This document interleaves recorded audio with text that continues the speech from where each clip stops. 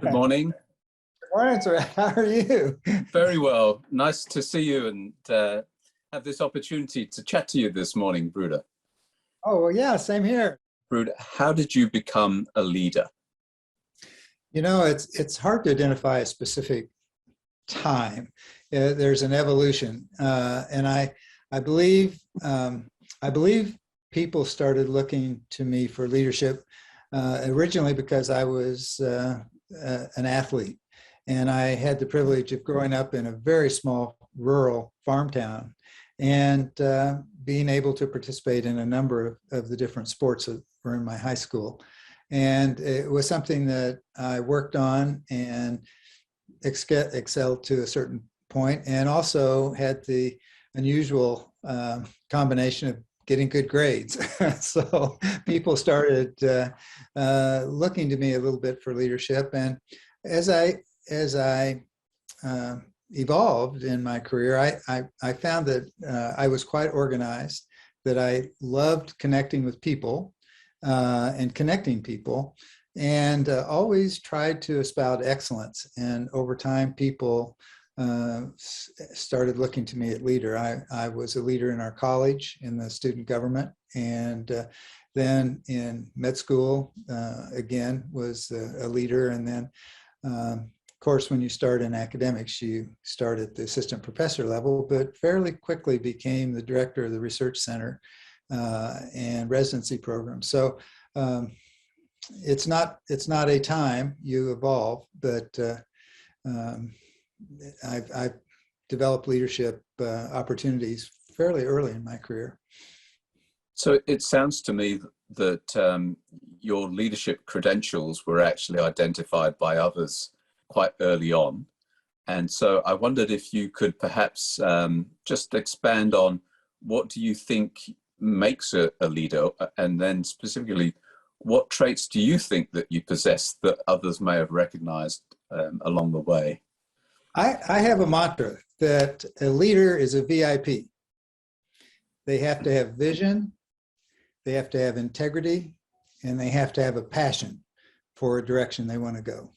And so to me, that's the hallmark of a leader, someone who has a vision of where he or she and their organization wants to go.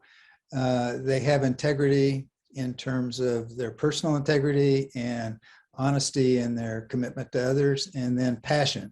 They're willing to put their whole heart into something that is successful for not only themselves, but for the organization they lead. So I also say then, to the attributes you mentioned, I mentioned three things that I think were important to me. One is you need a sense of humor, not to make others laugh, but to laugh at yourself. They say that people have an imagination to deal with what you can't be. You have a sense of humor to deal with who you are. And I think a sense of humor and humility is very important. I think kindness is important, and kindness can be misconstrued as saying being soft and overly forgiving. It actually, kindness means being honest with people and helping them if your team is not succeeding. Being kind in sense identifying things that aren't working well and helping people succeed. So I think kindness is critical if you're going to have a loyal organization and be someone people can trust.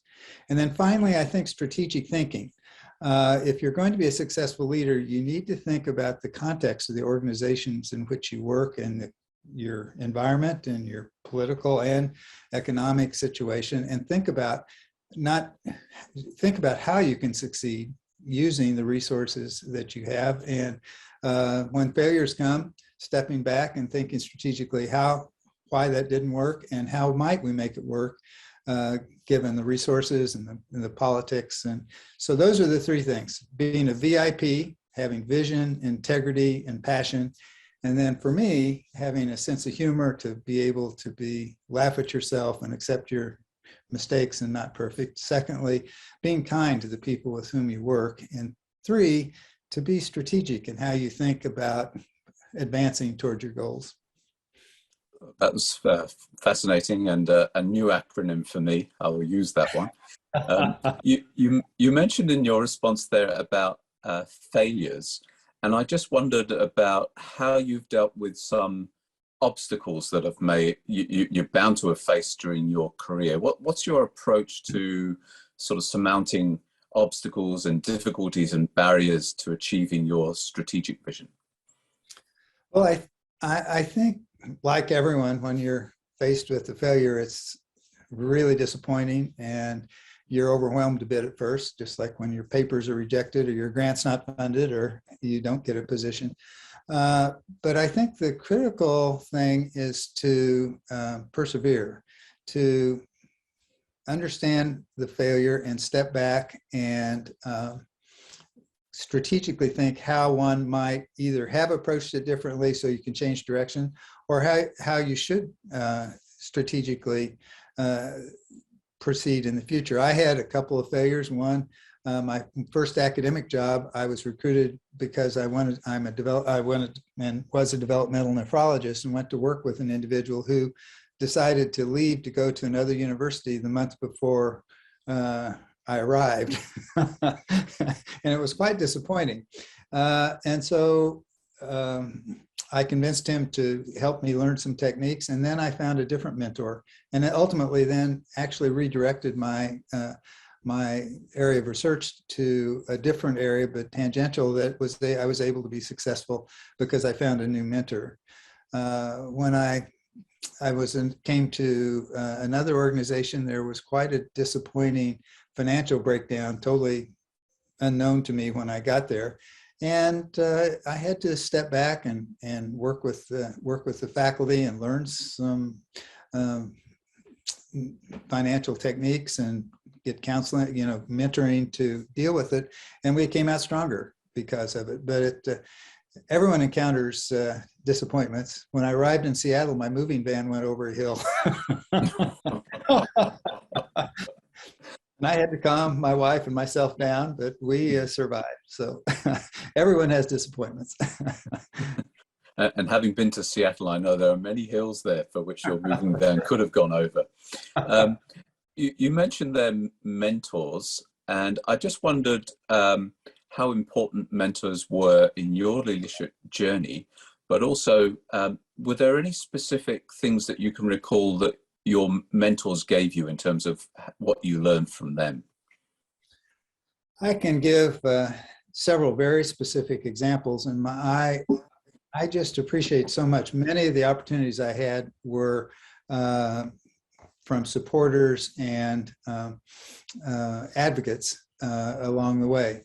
When I first began chair at the University of Buffalo, I met with my chair, who was then the head of Georgetown University Med School, and talked to him. And he prepared for our talk, gave me some great advice. One of the great areas of advice he gave me was that a leader is never, the morale of a team is never greater than the morale of the leader. And that no matter what the situation, if the leader seems overwhelmed, the people in the organization are going to be overwhelmed and discouraged. And so I always told my mentees, the chief residents, et cetera, that a leader needs to swim like a swan across the lake, pedaling furiously underwater, but looking smooth and completely in control on top. I became a nephrologist because of Dr. Bob Hickman of the Hickman line. He didn't have a fellow, excuse me, in those days, and he would call me as a resident and say, "Would you like to come in and help me in the middle of the night?" And of course, no matter how exhausted I was, Dr. Hickman was my idol. And he really encouraged me. And he, along with David Smith, the famous clinical geneticist who was my advisor, actually, one day I got a call offering me a fellowship in nephrology by someone I'd never met. And it was because they had searched around the country to find a fellowship for me. And it always, it was very meaningful for me that these very well-known, very busy people without any request for me tried to find opportunities for me. And it always inspired me to try and proactively look for people that that I worked with or were my students or residents, to find opportunities for them that could advance their career, because people had done that to me.